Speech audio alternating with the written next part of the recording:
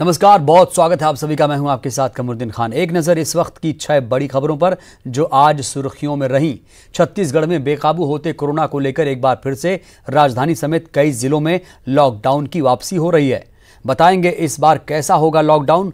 वहीं कोरोना मरीजों का आंकड़ा करीब 90,000 के पास पहुंच चुका है। तो कोरोना काल में संविदा स्वास्थ्यकर्मी अपनी मांगों को लेकर अब भी हड़ताल पर हैं, जिससे स्वास्थ्य सेवाओं पर असर पड़ना शुरू हो गया है। वहीं बस्तर को आज हवाई सेवा की सौगात मिली। तो कोरोना काल में नवरात्रि का पर्व कैसे मनाया जाएगा और प्रदेश में बारिश को लेकर मौसम विभाग ने कहां-कहां अलर्ट जारी किया है, इस पर भी करेंगे बात।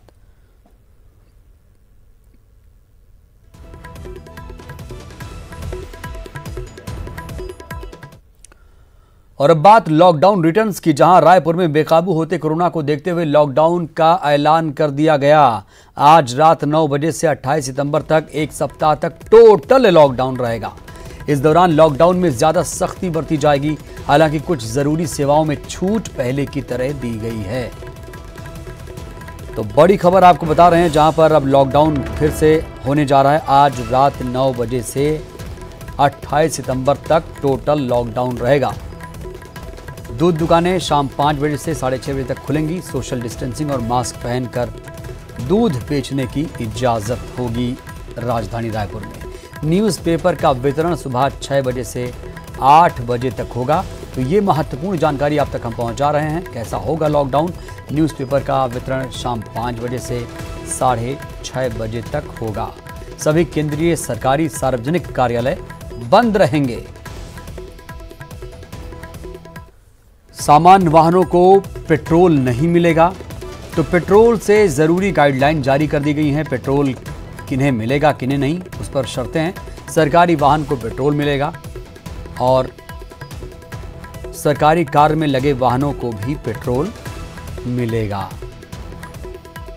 तो ये बेहद ही महत्वपूर्ण खबर, क्योंकि आपको बता दें देश अनलॉक की प्रक्रिया से गुजर रहा है और राजधानी रायपुर में लॉकडाउन लगने जा रहा है आज रात 9 बजे से।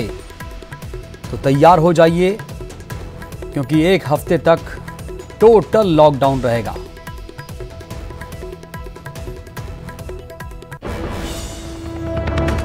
मंत्रालय और विभागाध्यक्ष कार्यालय नहीं संचालित होंगे। 22 से 28 सितंबर तक ये संचालित नहीं किए जाएंगे।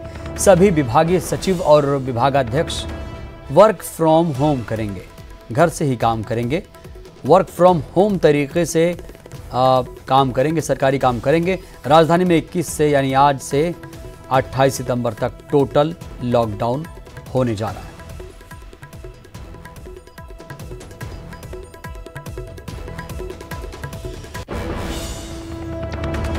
तो रायपुर में आज रात से लगने वाले टोटल लॉकडाउन के दौरान एक सप्ताह तक लोगों को पेट्रोल डीजल भी नहीं मिलेगा। ऐसे में लॉकडाउन से ठीक पहले पेट्रोल भरवाने के लिए पेट्रोल पंप पर लोगों की भारी भीड़ उमड़ पड़ी। हालांकि छात्रों और अन्य जरूरतमंदों को रियायतें दी गई हैं।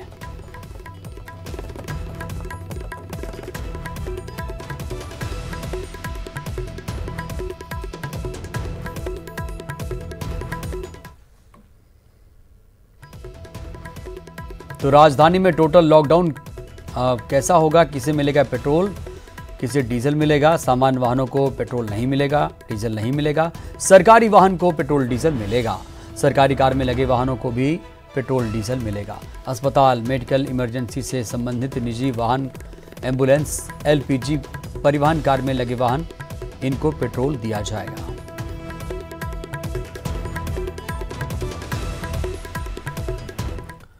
तो रायपुर में लॉकडाउन से ठीक पहले सब्जियां खरीदने के लिए रायपुर के थोक सब्जी मार्केट में डूमर तराई में लोगों की भारी भीड़ रही।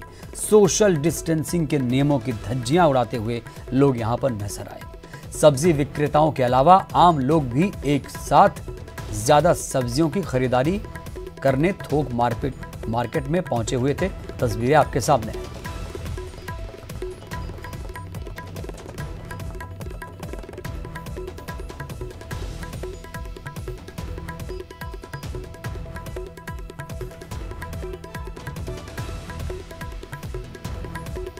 थोक सब्जी मार्केट में भारी भीड़ देखी गई। सोशल डिस्टेंसिंग की जमकर धज्जियां उड़ाई गई। और ज्यादा जानकारी के साथ हमारे संवाददाता सुरेंद्र सिंह जुड़ चुके हैं रायपुर से।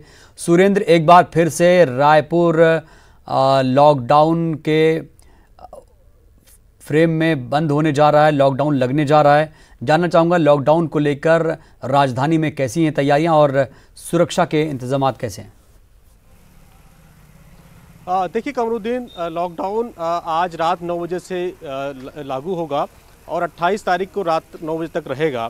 जिस तरह से एक हफ्ते का ये पूरा लॉकडाउन रहेगा, इसमें जो अत्यावश्यक जो सुविधाएं हैं उनको छोड़कर सभी सुविधाएं इस बार बंद रहेंगी। इस बार जो जिस तरह से जिला दंडाधिकारी कलेक्टर ने निर्देश जारी किए हैं कि इस बार का जो लॉकडाउन है राजधानी रायपुर और रायपुर जिले का, वो काफ़ी कड़ा होगा और जो नियम पहले थे वो हटके नियम रहेंगे। इसीलिए निर्देश जारी किए गए हैं कि यहाँ आम लोगों को पेट्रोल नहीं मिलेगा, सारी जो दुकानें हैं वो बंद रहेंगी, बस ये दूध की दुकानें जो हैं वो खुलेंगी, उनको भी समय निर्धारित किया गया है। साथ ही सुरक्षा व्यवस्था खास इंतजाम किए गए हैं। सभी करीब 32 जगह ऐसी चिन्हित की गई हैं जहां पर सभी जगह पे सीसीटीवी कैमरे की जद में रहेगा कि कौन ऐसा व्यक्ति है जो बेवजह घूम रहा है, और बेवजह घूमने वालों पर कार्रवाई की जाएगी, उन पर दंडात्मक कार्रवाई की जाएगी। और ये भी निर्देश जिला कलेक्टर ने जारी किए हैं कि अगर उन पर बल प्रयोग की आवश्यकता पड़े वो भी किया जा सकता है। तो इस बार का जो लॉकडाउन है काफ़ी इसमें जो रियायत किसी प्रकार की नहीं रहेगी, बहुत ज़्यादा कड़ाई रहेगी। कारण यही है कि राजधानी में जिस तरह से कोरोना संक्रमण अपने पांव पसारा है, उसके बाद से सभी लोग सोचने पे मजबूर हो गए हैं कि यहाँ पर किस तरह की जो हालात हैं, क्योंकि यहाँ पर ही करीब 20,000 कोरोना के संक्रमित व्यक्ति हैं राजधानी रायपुर और रायपुर जिले में। तो इस तरह की जो किस तरह से इसको रोका जाए, किसको कोरोना के जो संक्रमण की चेन है इसको किस तरह से इसको तोड़ा जाए, इसीलिए जो लॉकडाउन लगाने की आवश्यकता पड़ी है। बिल्कुल सुरेंद्र, ये चेन टूटने वाला नहीं है। हमने देखा कि सब्जी मार्केट में किस तरीके से भीड़ नजर आ रही है और अनलॉक में अब लोग पूरी तरीके से यूज्ड टू हो चुके हैं, इसे कोई नकार नहीं सकता है। और क्या लॉकडाउन ही मात्र एक विकल्प बचा है जो अब कोरोना को हरा सके, कोरोना की चेन को पूरी तरह से ध्वस्त कर सके? देखिए कमरुद्दीन, लॉकडाउन एक विकल्प नहीं है, इसको एक ये कह सकते हैं कि वो लॉकडाउन जो पीरियड होता है, जो समय होता है, उस समय में आपको अपने को किस तरह से एहतियातन किस तरह सुरक्षित रखना है, उस जो ये पीरियड रहता है उसमें ये चीज़ें आपको सीखनी होती हैं और प्रशासन को उस चीज़ों को दुरुस्त करना होता है, क्योंकि हर चीज़ बंद हुई होती है। तो किस तरह संक्रमण जहाँ पर ज़्यादा फैला है तो वहाँ पर उनको सीमित किया जाए, उनको रोका जाए, और इसीलिए लॉकडाउन लगाया जाता है। लेकिन इसका हल, लॉकडाउन लगाना कोई हल नहीं होता, क्योंकि बहुत सारी चीज़ें जो होती हैं, जिस तरह से व्यापार होता है वो चौपट हो जाता है। जो दूसरे प्रदेशों जो चीज़ें यहाँ पर बिकने के लिए आती हैं, यहाँ से जो लोग यहाँ से व्यापार करने के लिए आते हैं, उन सभी चीज़ों पे काफ़ी विराम लगता है। तो यहाँ पे अर्थव्यवस्था जो है वो चौपट होती है। इसलिए लॉकडाउन कोई विकल्प नहीं है। लेकिन इस लॉकडाउन के पीरियड में ये जरूर है, लोगों को सीखने की जरूरत है। लोग जब तक जागरूक नहीं होंगे, जब तक वो मास्क नहीं पहनेंगे और सोशल डिस्टेंसिंग का पालन नहीं करेंगे, जो नियम कानून हैं उनका अगर पालन नहीं करेंगे, बिल्कुल नियम कानून का पालन नहीं हो रहा है। कई बार ऐसा कहा गया, कई बार प्रधानमंत्री ने भी कहा कि जब तक दवाई नहीं तब तक ढिलाई नहीं। इसके बावजूद कोई मानने को तैयार नहीं है। ये अपने आप में हैरान कर देने वाली बात है। सुरेंद्र, बहुत बहुत शुक्रिया। स्वास्थ्य मंत्री टीएस सिंहदेव ने न्यूज 18 से बातचीत में कहा कि बिना जनता के सहयोग के कोई भी लॉकडाउन सफल नहीं होता। लॉकडाउन कड़ी को तोड़ने का प्रयास है। सुनिए क्या कहा।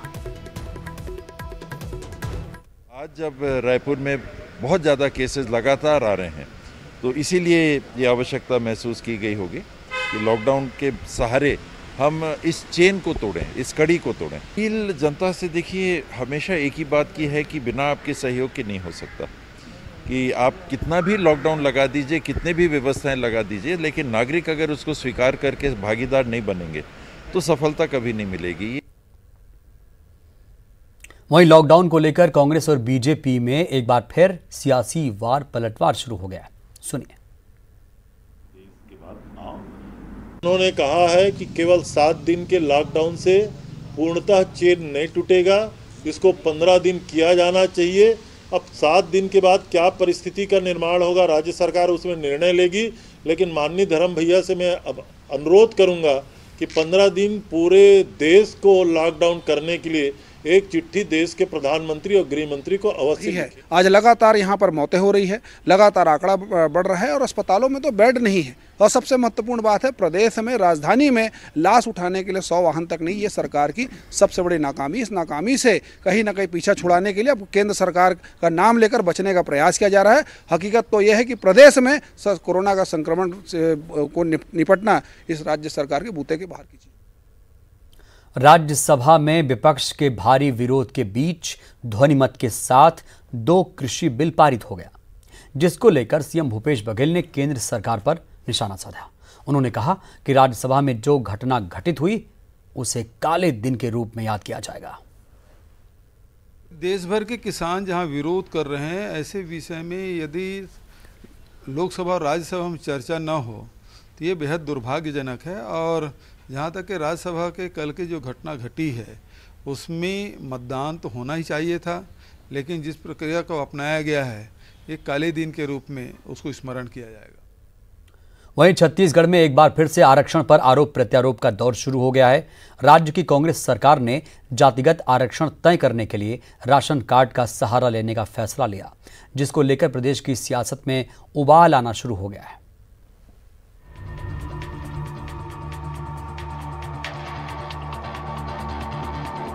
छत्तीसगढ़ सरकार ने ओबीसी आरक्षण को 27% करने के लिए एक बार फिर रास्ता तैयार किया है, जिसके तहत अब राशन कार्ड को आधार बनाते हुए जातिगत आरक्षण का रास्ता साफ किया जाएगा।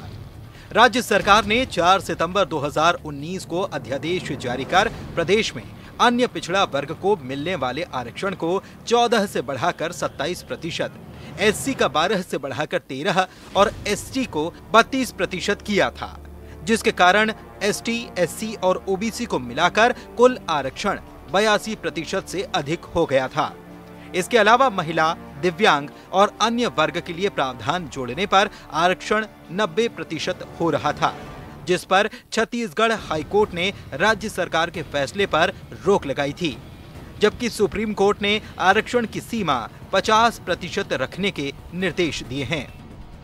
उसको भी हम लोगों ने राशन कार्ड के आंकड़ों के आधार पर जो कमीशन बना है, पटेल कमीशन, उसको सौंपने के लोगों ने निर्णय लिया है। सौभाग्य से छत्तीसगढ़ में जो राशन कार्ड की संख्या है उसमें जो अनुसूचित जाति और अनुसूचित जनजाति का, चूंकि तो संविधान प्रदत्त व्यवस्था है, लेकिन कमज़ोर तबके के, सामान्य वर्ग के लोगों का और पिछड़ा वर्ग के लोगों का जो हेड काउंट होना है, उसके लिए वो सबसे बड़ा आधार वो बनाया जाएगा। ओबीसी को आरक्षण देने के मामले में सरकार के द्वारा राशन कार्ड को डेटाबेस बनाए जाने के मामले में पूर्व मंत्री और बीजेपी विधायक बृजमोहन अग्रवाल ने सरकार पर निशाना साधा है।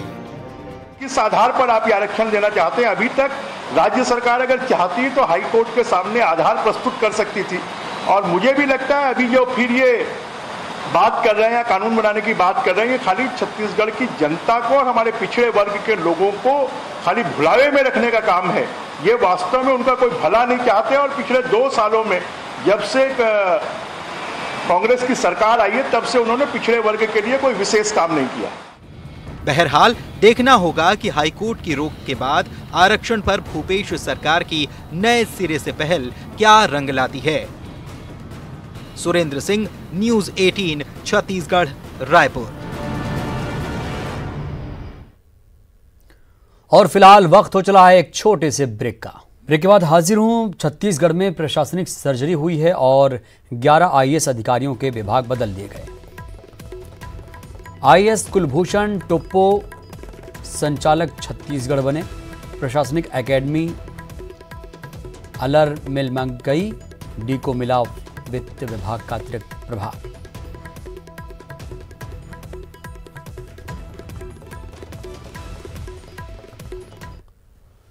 बात बस्तर की, जहां से हवाई सेवा का आज से शुभारंभ हो गया। एलायंस एयर का विमान हैदराबाद से उड़ान भरकर जगदलपुर पहुंचा, जहां विमान का वाटर कैनन से स्वागत किया गया। मुख्यमंत्री भूपेश बघेल ने वीडियो कॉन्फ्रेंसिंग के जरिए हवाई सेवा का शुभारंभ किया। इस मौके पर कई मंत्री भी शामिल हुए।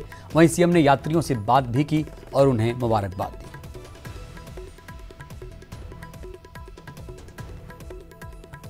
तो आप तस्वीरें देख पा रहे हैं कि किस तरीके से हवाई सेवा की शुरुआत हुई। और आपको याद दिला दें कि जगदलपुर का जो ये एयरपोर्ट है 2018 में बंद कर दिया गया था और इसे फिर से शुरू किया गया है। एलायंस एयर की कंपनी का विमान यहाँ पहुँचा, हैदराबाद से जगदलपुर पहुँचा, उसके बाद रायपुर। तो जो कनेक्टिविटी है बस्तर वासियों के लिए सौगात है, क्योंकि अब रायपुर से इसकी कनेक्टिविटी हो गई है। इसके अलावा अब सीधे हैदराबाद के लिए भी उड़ान भर सकेंगे।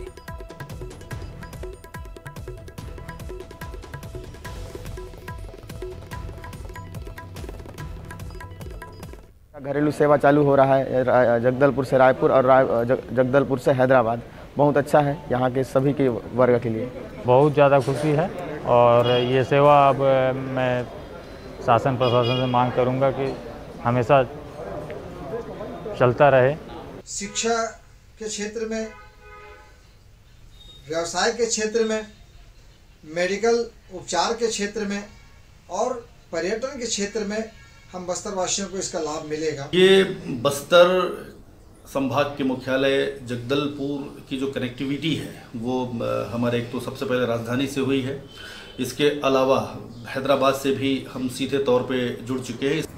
जगदलपुर एयरपोर्ट में बस्तर के युवाओं को अगर रोजगार मिलता है, जगदलपुर के युवाओं को अगर रोजगार मिलता है तो इससे अच्छी बात शायद ही कोई हो। बस्तर के लिए, बस्तर के विकास के गाथक एक नया अध्याय लिखा जा रहा है।